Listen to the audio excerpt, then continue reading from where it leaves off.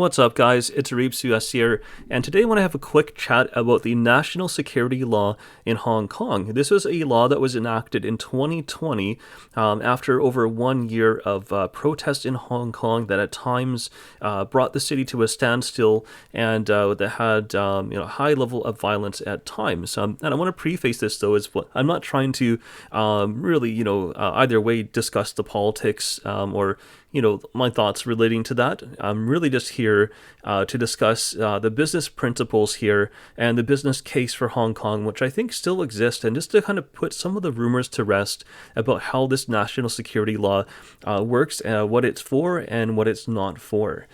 So I will have some kind of relevant screenshots of different articles here, but I'm really not here either to condemn or support the protest. Of course, being of a Hong Kong background myself, I have a deep-seated love of Hong Kong and China myself, just based on my family history and ancestry. So with that said, I'd like to talk about the business aspect of what the national security law does or does not do.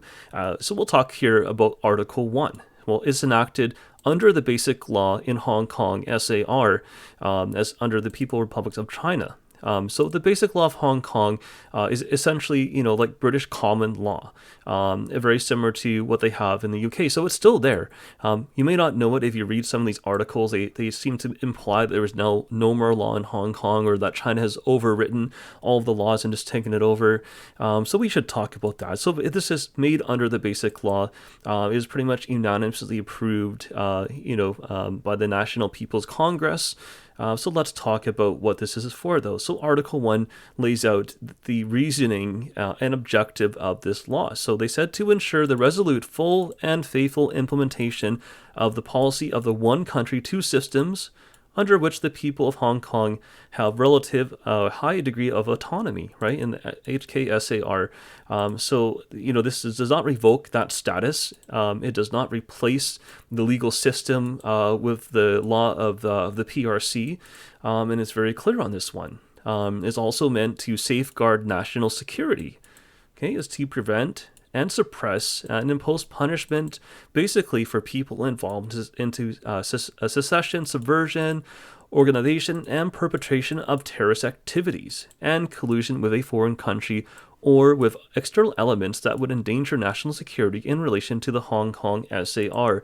I think we can probably objectively argue that at least some of what went on in 2019 2020 probably meets that threshold. And I can show you a few screen caps here. When you have some of the protest movement meeting with U.S. government officials, many instances like this where you find some of them maybe have had funding from foreign countries. So this is what it's targeting, and we can see examples of that. We can see, unfortunately, examples of violence, whether it's trains to the mainland being attacked. A man in Hong Kong who said that we're all Chinese, and unfortunately they burn them to death. Okay, so these are some of the things I think that these laws are targeting here.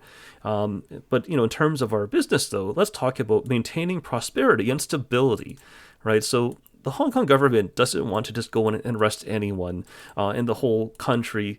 I don't think that's the case here. As a corporation in Hong Kong, we would never know such a law even existed, nor would our clients. That's kind of what I'm getting at here. And probably because, you look at the last part of Article 1, it's to protect the lawful rights and interests of the residents of HKSAR.